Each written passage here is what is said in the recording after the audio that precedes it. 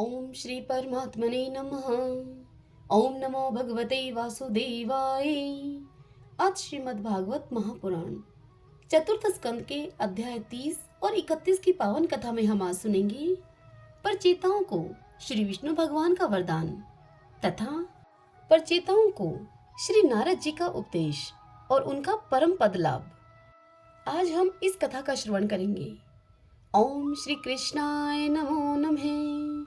विदुर जी ने मैत्री जी से पूछा, हे ब्राह्मण, आपने राजा प्राचीन बरही के जिन पुत्रों का हमसे वर्णन किया था, उन पुत्रों ने रुद्र गीत के द्वारा श्री हरि की स्तुति करके क्या सिद्धि प्राप्त की? हे बृहस्पति, मोक्षाधिपति श्री नारायण के अत्यंत प्रिय भगवान शंकर का अकस्मात सानिध्य प्राप्त करके प्रचेताओं ने मुक्ति तो प्राप्त की ही होगी। इससे पहले इस लोक में अथवा परलोक में भी उन्होंने क्या पाया, यह बतलाने की आप कृपा करें। विदुर जी की इस बात को सुनकर श्री मैत्री जी ने उनसे कहा, हे विदुर जी, पिता के आज्ञाकारी प्रचेताओं ने समुद्र के अंदर खड़े रहकर रुद्र गीत के जप रूपी यज्ञ और तपस्या के द्वारा समस्त शरीरों के उत्पादक भगवान श्री हरि को प्रसन्न कर लिया। तपस्या करते करते 10,000 वर्ष बीत जाने पर पुराण पुरुष श्री नारायण अपनी मनोहर कांति के द्वारा उनके तपस्या जनित कलेश को शांत करते हुए सौम्य विग्रह से उनके सामने प्रकट हुए। गरुड़ जी के कंधे पर बैठे हुए श्री भगवान ऐसे जान पड़ते थे मानो कि सुमेरु के शिखर पर कोई श्याम घटा छाई हो। उनके श्रीअंग में मनोहर पीतांबर और कंठ में कौस्तुभमणि सुशोभित थी। अपनी दिव्य प्रभा से वे सब दिशाओं का अंधकार दूर कर रहे थे। चमकीले स्वर्ण में आभूषणों से युक्त उनके कमनीय कपोल और मनोहर मुखमंडल की अपूर्व शोभा हो रही थी। उनके मस्तक पर झिलमिलाता हुआ मुकुट शोभायमान था। प्रभु की 8 भुजाओं में 8 आयुध थे। देवता, मुनि और पार्षदगण सेवा में उपस्थित थे तथा गरुड़ जी किन्नरों की भांति समय में पंखों की ध्वनि से कीर्तिगान कर रहे थे। उनकी 8 लंबी लंबी स्थूल भुजाओं के बीच में लक्ष्मी जी से स्पर्धा करने वाली वनमाला विराजमान थी। आदि पुरुष श्री नारायण ने इस प्रकार पधार कर अपने शरणागत प्रचेताओं की ओर दया दृष्टि से निहारते हुए मेघ के समान गंभीर वाणी में इस प्रकार कहा। श्री भगवान ने कहा, हे राजपुत्रों, तुम्हारा कल्याण हो। तुम सब में परस्पर बड़ा प्रेम है और स्नेहवश तुम एक ही धर्म का पालन कर रहे हो। तुम्हारे इस आदर्श सौहार्द्र से मैं बड़ा ही प्रसन्न हूँ। मुझसे तुम वर मांगो। जो पुरुष सायंकाल के समय प्रतिदिन तुम्हारा स्मरण करेगा, उसका अपने भाइयों में अपने ही समान प्रेम होगा तथा समस्त जीवों के प्रति मित्रता का भाव हो जाएगा। जो लोग सायंकाल और प्रातःकाल एकाग्रचित्त से रुद्र गीत के द्वारा मेरी स्तुति करेंगे, उनको मैं अभिष्ट वर और शुद्ध बुद्धि प्रदान करूंगा। तुम लोगों ने बड़ी प्रसन्नता से अपने पिता की आज्ञा सिरोधार्य की है। इससे तुम्हारी कमनीय कीर्ति समस्त लोकों में फैल जाएगी। तुम्हारे एक बड़ा ही विख्यात पुत्र होगा। वह गुणों में किसी भी प्रकार ब्रह्मा जी से कम नहीं होगा तथा अपनी संतान से तीनों लोकों को पूर्ण कर देगा। हे राजकुमारों, कंडू ऋषि के तपोनाश के लिए इंद्र की भेजी हुई प्रमलोचा अप्सरा से एक कमल नयनी कन्या उत्पन्न हुई थी। उसे छोड़कर वह स्वर्गलोक को चली गई। तब वृक्षों ने उस कन्या को लेकर पाला पोसा। जब वह कन्या भूख से व्याकुल होकर रोने लगी, तब औषधियों के राजा चंद्रमा ने दयावश उसके मुख में अपनी अमृत वर्षिणी तर्जनी अंगुली दे दी। तुम्हारे पिता आजकल मेरी सेवा भक्ति में लगे हुए हैं। उन्होंने तुम्हें संतान उत्पन्न करने की आज्ञा दी है। अतः तुम शीघ्र ही उस देवोपम सुंदरी कन्या से विवाह कर लो। तुम सब एक ही धर्म में तत्पर हो और तुम्हारा स्वभाव भी एक सा ही है। इसलिए तुम्हारे ही समान धर्म और स्वभाव वाली वह सुंदर कन्या तुम सभी की पत्नी होगी तथा तुम सब में उसका एक समान अनुराग होगा। तुम लोग मेरी कृपा से 10 लाख दिव्य वर्षों तक पूर्ण बलवान रहकर अनेकों प्रकार के पार्थिव और दिव्य भोग भोगोगे। अंत में मेरी अविचल भक्ति से हृदय का समस्त वासना रूप मल दग्ध हो जाने पर तुम इस लोक तथा परलोक के नरक तुल्य भोगों से उपरत होकर मेरे परम धाम को जाओगी। जिन लोगों के कर्म भगवत दर्पण बुद्धि से होते हैं और जिनका सारा समय मेरी कथा वार्ताओं में ही बीतता है, वे गृहस्थ आश्रम में रहें तो भी घर उनके बंधन का कारण नहीं होते। वे नित्य प्रति मेरी लीलाएं सुनते रहते हैं, इसलिए ब्रह्मवादी वक्ताओं के द्वारा मैं ज्ञान स्वरूप पर ब्रह्मा उनके हृदय में नित्य नया नया सा भासता रहता हूँ। और मुझे प्राप्त कर लेने पर जीवों को न मोह हो सकता है, न शोक और न हर्ष ही। श्री मैत्रेय जी इस कथा को सुनाते हुए आगे कहते हैं कि हे विदुर जी, भगवान के दर्शनों से प्रचेताओं का रजोगुण तमोगुण मल नष्ट हो चुका था। जब उनके सकल पुरुषार्थों के आश्रय और सबके परम सुहृदय श्री हरि ने इस प्रकार से कहा, तब वे हाथ जोड़कर गदगद वाणी से श्री हरि से बोले। प्रचेताओं ने कहा, हे प्रभु, आप भक्तों के कलेश दूर करने वाले हैं, हम आपको नमस्कार करते हैं। वेद आपके उदार गुण और नामों का निरूपण करते हैं। आपका वेग मन और वाणी के वेग से भी बढ़कर है तथा आपका स्वरूप सभी इंद्रियों की गति से परे है। हम आपको बारंबार प्रणाम करते हैं। आप अपने स्वरूप में स्थित रहने के कारण नित्य शुद्ध और शांत हैं। मन रूप निमित्त के कारण हमें आप में यह मिथ्याद्वैत भास रहा है। वास्तव में जगत की उत्पत्ति, स्थिति और लय के लिए आप माया के गुणों को स्वीकार करके ही ब्रह्मा, विष्णु और महादेव रूप धारण करते हैं। हम आपको नमस्कार करते हैं। आप विशुद्ध सतव स्वरूप हैं। आपका ज्ञान संसार बंधन को दूर कर देता है। आप इस समस्त भागवतों के प्रभु वसुदेव नंदन भगवान श्री कृष्ण हैं। आपको नमस्कार है। आपकी ही नाभि से ब्रह्मांड रूप कमल प्रकट हुआ था। आपके कंठ में कमल कुसुमों की माला सुशोभित है तथा आपके चरण कमल के समान कोमल हैं। हे कमल नयन, आपको नमस्कार है। आप कमल कुसुम के केसर के समान स्वच्छ पीतांबर धारण किए हुए हैं। समस्त भूतों के आप आश्रय स्थान हैं तथा सबके साक्षी हैं। हम आपको नमस्कार करते हैं। हे भगवान, आपका यह स्वरूप संपूर्ण कलेशों की निवृत्ति करने वाला है। हम अविद्या, अस्मिता, राग, द्वेष आदि कलेशों से पीड़ितों के सामने आपने इसे प्रकट किया है। इससे बढ़कर हम पर और क्या कृपा होगी। हे अमंगलहारी प्रभु, दीनों पर दया करने वाले समर्थ पुरुषों को इतनी ही कृपा होनी चाहिए कि समय समय पर उन दीन जनों को ये हमारे हैं इस प्रकार स्मरण कर लिया करें। इसी से उनके आश्रितों का चित्त शांत हो जाता है। आप तो शूद्र से शूद्र प्राणियों के भी अंतःकरणों में अंतर्यामी रूप से विराजमान रहते हैं। फिर आपके उपासक हम लोग जो जो कामनाएं करते हैं, हमारी उन कामनाओं को आप क्यों न जान लेंगे। हे जगदीश्वर, आप मोक्ष का मार्ग दिखाने वाले हैं। हे प्रभु, स्वयं पुरुषार्थ स्वरूप हैं। आप हम पर प्रसन्न हैं। इससे बढ़कर हमें और क्या चाहिए। बस हमारा अभिष्ट वर तो आपकी प्रसन्नता ही है। तथापि हे नाथ, हम एक वर आपसे अवश्य मांगते हैं। हे प्रभु, आप प्रकृति आदि से परे हैं और आपकी विभूतियों का भी कोई अंत नहीं है, इसलिए आप अनंत कहे जाते हैं। यदि भ्रमर को अनायास ही कल्प वृक्ष मिल जाए तो क्या वह किसी दूसरे वृक्ष का सेवन करेगा। तब आपके चरण शरण में आकर अब हम क्या क्या आपसे मांगे।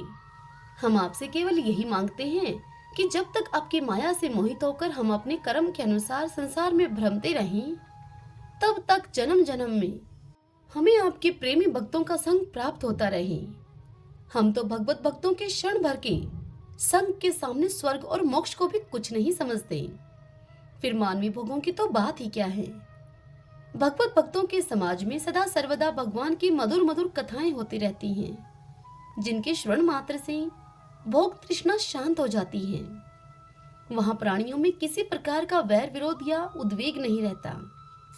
अच्छे अच्छे कथा प्रसंगों के द्वारा निष्काम भाव से सन्यासियों के एकमात्र आश्रय साक्षात श्री नारायण देव का बार बार गुणगान होता रहता है। आपके वे भगत जन तीर्थों को पवित्र करने के उद्देश्य से पृथ्वी पर पैदल ही विचरते रहते हैं। भला उनका समागम संसार से भयभीत हुए पुरुषों को कैसे रुचिकर न होगा। हे भगवान, आपके प्रिय सखा भगवान शंकर के क्षण भर के समागम से ही आज हमें आपका साक्षात दर्शन प्राप्त हुआ है। आप जन्म मरण रूप दुसाध्य रोगों के श्रेष्ठतम वैद्य हैं। अतः अब हमने आपका ही आश्रय लिया है। हे प्रभु, हमने समाहित चित्त से जो कुछ अध्ययन किया है, निरंतर सेवा शुश्रूषा करके गुरु, ब्राह्मण और वृद्धजनों को प्रसन्न किया है तथा दोष बुद्धि को त्याग कर श्रेष्ठ पुरुष, सुहृदयगण, बंधु वर्ग एवं समस्त प्राणियों की वंदना की है और अन्न आदि को त्याग कर दीर्घ काल तक जल में खड़े रहकर तपस्या की है। वह सब आप सर्वव्यापक पुरुषोत्तम के संतोष का कारण हो, यही वर आपसे मांगते हैं।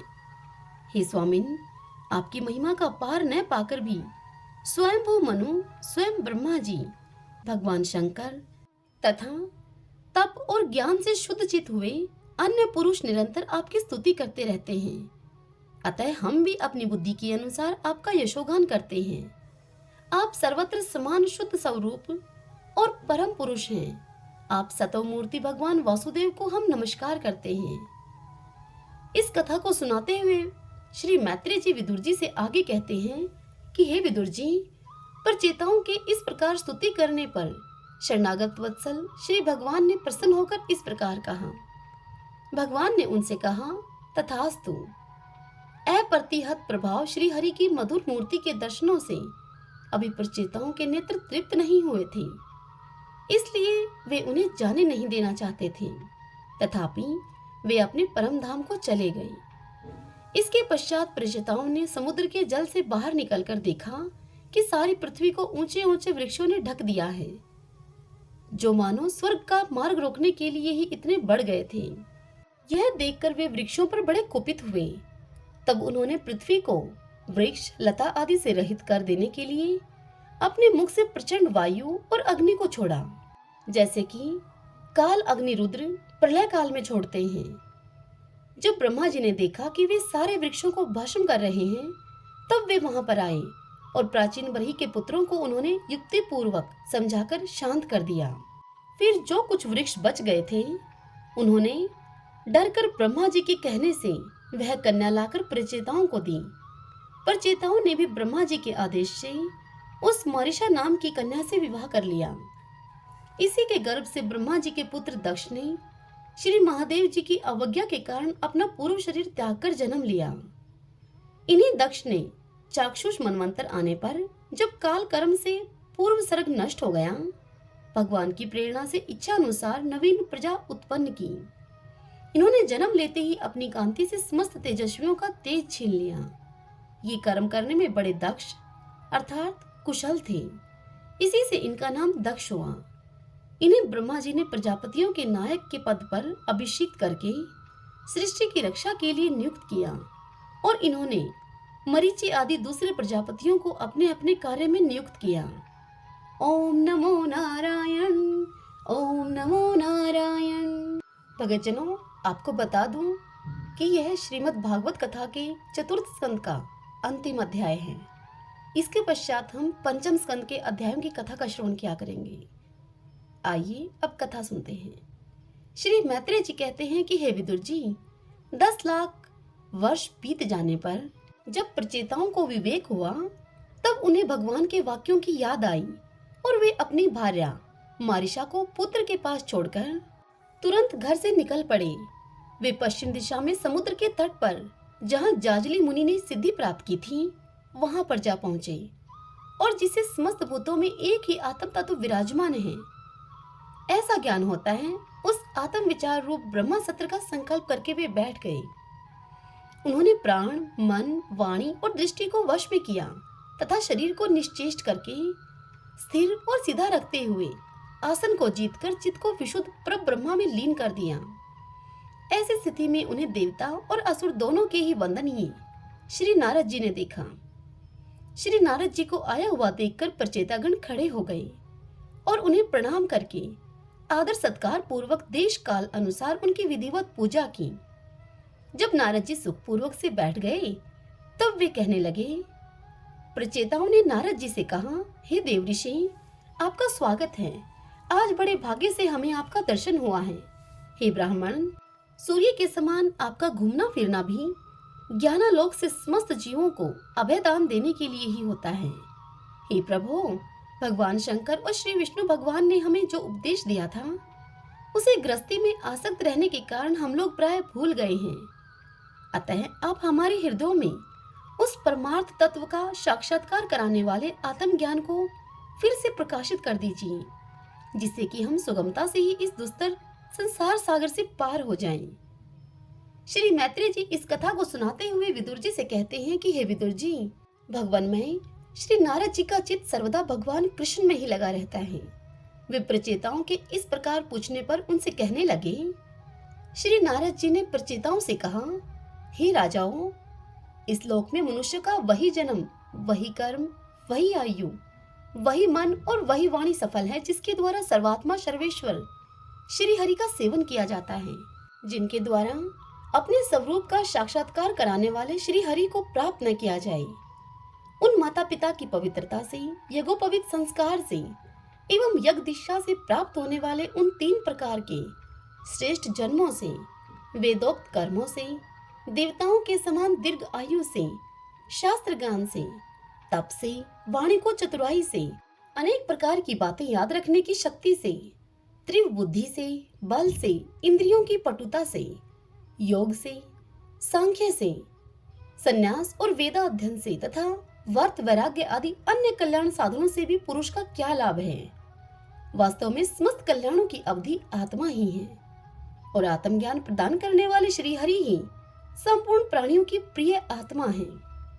जिस प्रकार वृक्ष की जड़ सींचने से उसके तना, शाखा, उपशाखा आदि सभी का पोषण हो जाता है, और जैसे भोजन के द्वारा प्राणों को तृप्त करने से समस्त इंद्रियां पुष्ट होती हैं, ठीक उसी प्रकार श्री भगवान की पूजा ही सबकी पूजा है। जिस प्रकार वर्षा काल में जल सूर्य के ताप से उत्पन्न होता है और ग्रीष्म ऋतु में उसी की किरणों में पुनः प्रवेश कर जाता है, तथा जैसे समस्त चराचर भूत पृथ्वी से उत्पन्न होते हैं और फिर उसी में मिल जाते हैं, ठीक उसी प्रकार चेतना चेतनात्मक यह समस्त प्रपंच श्री हरि से ही उत्पन्न होता है और उन्हीं में लीन हो जाता है। वस्तुतः यह विश्वात्मा श्री भगवान का वह शास्त्र प्रसिद्ध सर्वो उपाधि रहित स्वरूप ही है। जैसे सूर्य की प्रभा उससे भिन्न नहीं होती, उसी प्रकार कभी कभी गंधर्व नगर के समान स्फुरित होने वाला यह जगत भगवान से भिन्न नहीं है। तथा जैसे जागृत अवस्था में इंद्रियां क्रियाशील रहती हैं, किंतु सुषुप्ति में उनकी शक्तियां लीन हो जाती हैं, ठीक उसी प्रकार यह जगत सर्ग काल में भगवान से प्रकट हो जाता है और कल्पांत होने पर उन्हीं में लीन हो जाता है। स्वरूपतः तो भगवान में द्रव्य, क्रिया और ज्ञान रूपी त्रिविध अहंकार के कार्यों की तथा उनके निमित्त से होने वाले भेद भ्रम की सत्ता है ही नहीं। नृपतिगण जैसे बादल, अंधकार और प्रकाश ये कर्मशः आकाश से प्रकट होते हैं और उसी में लीन हो जाते हैं, किंतु आकाश इनसे लिप्त नहीं होता। उसी प्रकार ये सत्व, रज और तमोमयी शक्तियां कभी परब्रह्मा से उत्पन्न होती हैं और कभी उसी में लीन हो जाती हैं। इसी प्रकार इनका प्रवाह चलता रहता है, किंतु इससे आकाश के समान असंग परमात्मा में कोई विकार नहीं होता। अतः तुम ब्रह्मा आदि समस्त लोकपालों के भी अधीश्वर श्री हरि को अपने से अभिन्न मानते हुए उनको भजो, क्योंकि वे ही समस्त देहधारियों की एकमात्र आत्मा हैं। वे ही जगत के निमित्त कारण, काल, उपादान कारण, प्रधान और नियंता पुरुषोत्तम हैं, तथा अपनी काल शक्ति से वे ही इस गुणों के प्रवाह रूप प्रपंच का संहार कर देते हैं। वे भक्तवत्सल भगवान समस्त जीवों पर दया करने से, जो कुछ भी मिल जाए उसी में संतुष्ट रहने से तथा समस्त इंद्रियों को विषयों से निर्वर्त करके शांत करने से शीघ्र ही प्रसन्न हो जाते हैं। पुत्र क्षणा आदि सब प्रकार की वासनाओं के निकल जाने से जिनका अंतःकरण शुद्ध हो गया है, उन संतों के हृदय में उनके निरंतर बढ़ते हुए चिंतन से खींचकर अविनाशी श्री हरि आ जाते हैं और अपनी भक्ताधीनता को चरितार्थ करते हुए हृदय आकाश की भांति वहां से हटते नहीं हैं। भगवान तो अपने को अर्थात भगवान को ही सर्वस्व मानने वाले निर्धन पुरुषों पर ही प्रेम करते हैं, क्योंकि वे परम रसज्ञ हैं। उन अकिंचनों की अनन्य आश्रया आहुति की भक्ति में कितना माधुर्य होता है, इसे प्रभु अच्छी तरह से जानते हैं। जो लोग अपने शास्त्र ज्ञान, धन, कुल और कर्मों के मद से उन्मत्त होकर ऐसे निष्किंचन साधुजनों का तिरस्कार करते हैं, उन दुर्बुद्धियों की पूजा तो प्रभु स्वीकार ही नहीं करते। भगवान स्वरूपानंद से ही परिपूर्ण हैं।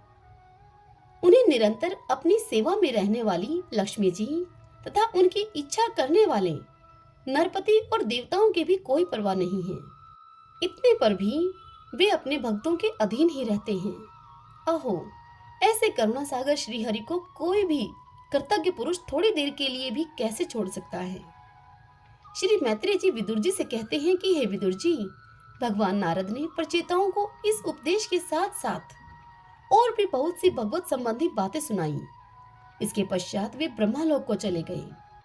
प्रचेतागण भी उनके मुख से संपूर्ण जगत के पाप रूपी मल को दूर करने वाले भगवत चरित्र को सुनकर भगवान के चरण कमलों का ही चिंतन करने लगे और अंत में भगवत धाम को प्राप्त हुए। इस प्रकार आपने जो मुझसे श्री नारद जी और प्रचेताओं के भगवत कथा संबंधी संवाद के विषय में जो पूछा था, वह मैंने आपको सुना दिया है। श्री शुकदेव जी राजा परीक्षित से कहते हैं कि हे परीक्षित, यहाँ तक स्वयंभू मनु के पुत्र उत्तानपाद के वंश का वर्णन हुआ। अब तुम प्रियव्रत के वंश का भी विवरण सुनो। राजा प्रियव्रत ने श्री नारद जी से आत्मज्ञान का उपदेश पाकर भी राजभोग किया था तथा अंत में इस संपूर्ण पृथ्वी को अपने पुत्रों में बांटकर वे भगवान के परम धाम को प्राप्त हुए थे। हे परीक्षित, इधर श्री मैत्रेय जी के मुख से यह भगवत गुणानुवाद युक्त पवित्र कथा सुनकर श्री विदुर जी प्रेम मगन हो गए। भक्ति भाव का उद्रेक होने से उनके नेत्रों से पवित्र आंसुओं की धारा बहने लगी तथा उन्होंने हृदय में भगवत चरणों का स्मरण करते हुए अपना मस्तक मुनिवर श्री मैत्रेय जी के चरणों पर रख दिया और विदुर जी उनसे कहने लगे, हे महायोगिन, आप बड़े ही करुणामय हैं। हे मैत्रेय जी, आज आपने मुझे अज्ञान अंधकार के उस पार पहुंचा दिया है जहां अकिंचनों के सर्वस्व श्री हरि विराजते हैं। श्री शुकदेव जी कहते हैं कि हे परीक्षित, मैत्रेय जी को उपयुक्त कृतज्ञता सूचक वचन कहकर तथा उन्हें प्रणाम करके विदुर जी ने उनसे आज्ञा ली और फिर शांत चित होकर अपने बंधुजनों से मिलने के लिए वे हस्तिनापुर को चले गए। हे परीक्षित, जो पुरुष भगवान के शरणागत परम भागवत राजाओं का यह पवित्र चरित्र सुनेगा, उसे दीर्घायु, धन, सुयश, क्षेम, सद्गति और ऐश्वर्य की प्राप्ति होगी। हरि ओम तत्सत। ओम नमो नारायण। ओम नमो नारायण। भगतजनों, अभी हमने चतुर्थ स्कंद की आखिरी कथा सुनी है। कल से हम पंचम स्कंद की कथाओं का रसपान किया करेंगे। यदि आपको यह कथाएं पसंद आती हैं तो आप कमेंट बॉक्स में जय श्री कृष्णा तो अवश्य लिखिए। इससे हमें प्रोत्साहन मिलता है। जय श्री कृष्णा। राधे राधे।